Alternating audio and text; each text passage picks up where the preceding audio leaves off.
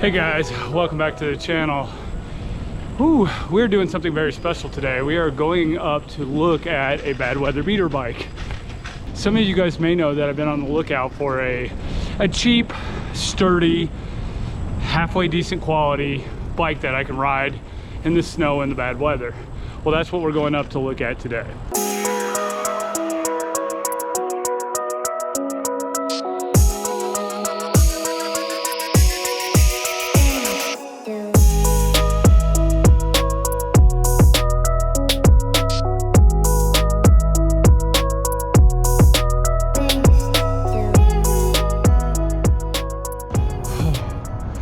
I don't know whether you guys can see that way down there, the city. Yeah, going out here to meet this guy, you're going straight uphill. It pretty much coming out of the city, you're climbing after that. So it climbs, then it kind of levels off a little bit, then it climbs some more, and then it levels off a little bit, then it climbs some more. So luckily, going home with the big load on the back of my Burley Travoy trailer, which is what I got hooked up to carry the bike home in case I want it. Luckily, it's all downhill, so gravity will help me in that situation. Needless to say, guys, I've been on the lookout for a really decent quality bike. I don't care about brand names. I don't care about pedigree.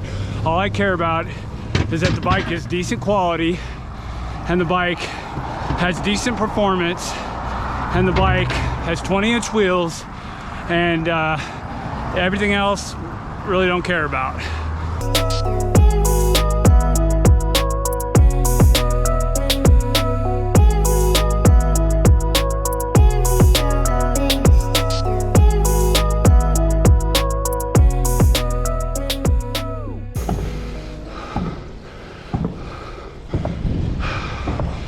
Well, that's some hill climbing there.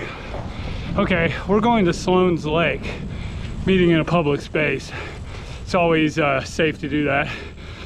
You don't want to go to somebody's home. You never know when somebody's going to be an axe murderer. Now we got to find 17th Street because supposedly it's a parking lot on 17th Street. But look how beautiful Sloan's Lake actually is. Lots of cyclists here too. So it's a pretty nice place.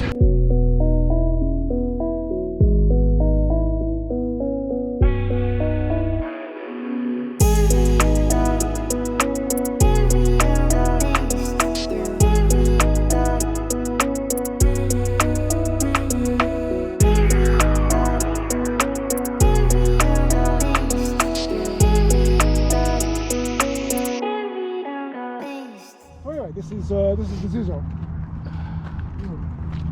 Yeah, I did some research on these. A lot of people say they're pretty good bikes. Yeah, and I'll bet the seat height is pretty close to you. Maybe slightly high. I'm looking at your leg like now. It's probably right on.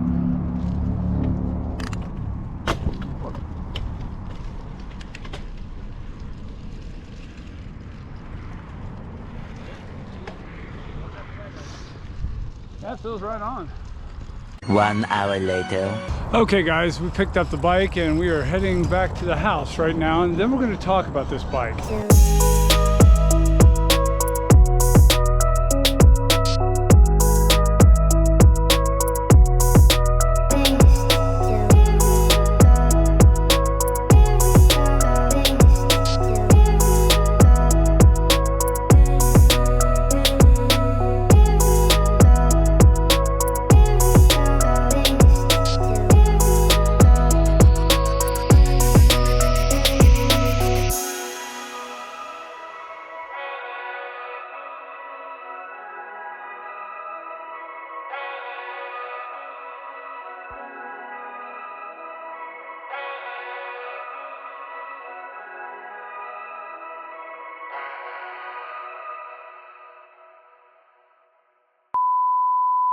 The next day. Hey guys, yeah, it's the next day.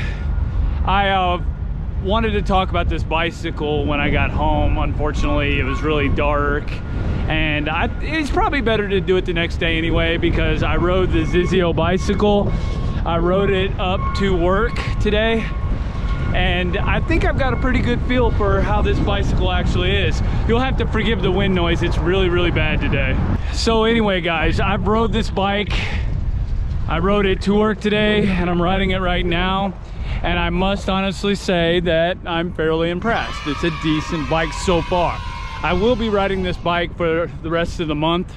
I want to get a good idea of if this thing's going to hold up under a beating, mainly because the potholes here in Denver and just some of the other road hazards and things that we got to deal with as cyclists. So hopefully this thing will do pretty good, you know, and then I could commission it as my weather bike. I might put wider knobbies on the whole bicycle because there's so many more options for 20-inch tires. And I might use this for gravel and rail trails also, if it holds up, that is. Now this bike, I don't know how you pronounce the name. It's called Zizio or Zizio. I'm not quite sure. Some things I dislike about it is the cockpit. You see how close my knees are getting to the handlebars? The cockpit, the wheelbase is a little bit shorter. The cockpit is a little bit cramped.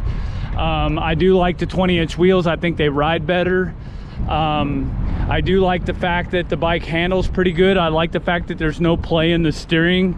I like all those features. I must say I like the grip shifter. I like the grip shifter a lot better. It's pretty responsive. The Brompton one has been messing up on me a lot, and every time I try to shift, it doesn't shift. And I think my shifter needs to be replaced. But also the shifters on the Brompton are pretty confusing, especially when you want to go in the in-between gears on the wide hub. So yeah, this is just fairly simplistic. It's got 8 gears. On this bike, both pedals actually fold by, you know, pressing this in, and then you can fold both pedals down, so I like that. Last night I took the 48 tooth chain ring off of this bike and I put a 52 tooth on it. I definitely get a little bit more top speed, but I definitely need to go to a 58 tooth on the front. Definitely. Even though the fold on this bicycle is not as elegant as the Brompton, it's much better than the Dayhan. And it also stays together when you fold it up due to the magnets that are on the wheel areas. So it definitely stays closed when you're carrying the bike, and I like that. And this bike is also a lot lighter than the Brompton. It is about 2 or 3 pounds lighter than my Brompton is. Maybe even more. I think it might be maybe 2 to 4 pounds. I'm not quite sure. But it is lighter. It's definitely lighter to carry, no doubt about it.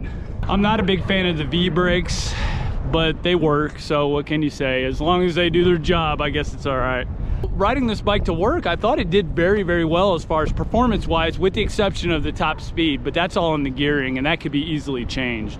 Now, things I don't like about this bike. Obviously, I said the cockpit's a little too tight. I don't like the V-brakes. I don't like the quick release wheels. I'd rather them be bolt-on. It's just one more thing I have to worry about if I lock this bike up outside. So let's see, is there anything else? I don't think so. I think that's all of the things that I dislike about the bike. The only other question, which I'm not gonna know until I've ridden the crap out of this bike for a solid month, is whether this bike is gonna hold up. If it's a cheap piece of crap, I'll know within a month's time, because I'll start to see things breaking. I'll start to see parts coming loose. So I'll definitely do a month update and we'll see how it goes. Another thing I like about this bike, guys, that I didn't mention is the looks of it. I think it looks pretty decent. It's got a nice polished finish. You know, it's got a nice design. For the most part, I think it looks pretty tough. It definitely has all the mounting points for mounting rear racks and fenders. So that's a possibility as well. I mean, there's so many aspects to this bike that I like a lot. Now the only real question is it going to last? Because it doesn't matter if I like the way it rides. It doesn't matter if I like the looks of the bike. It doesn't matter any of those things. It doesn't matter if I like the price. I think these bikes brand new are only $425.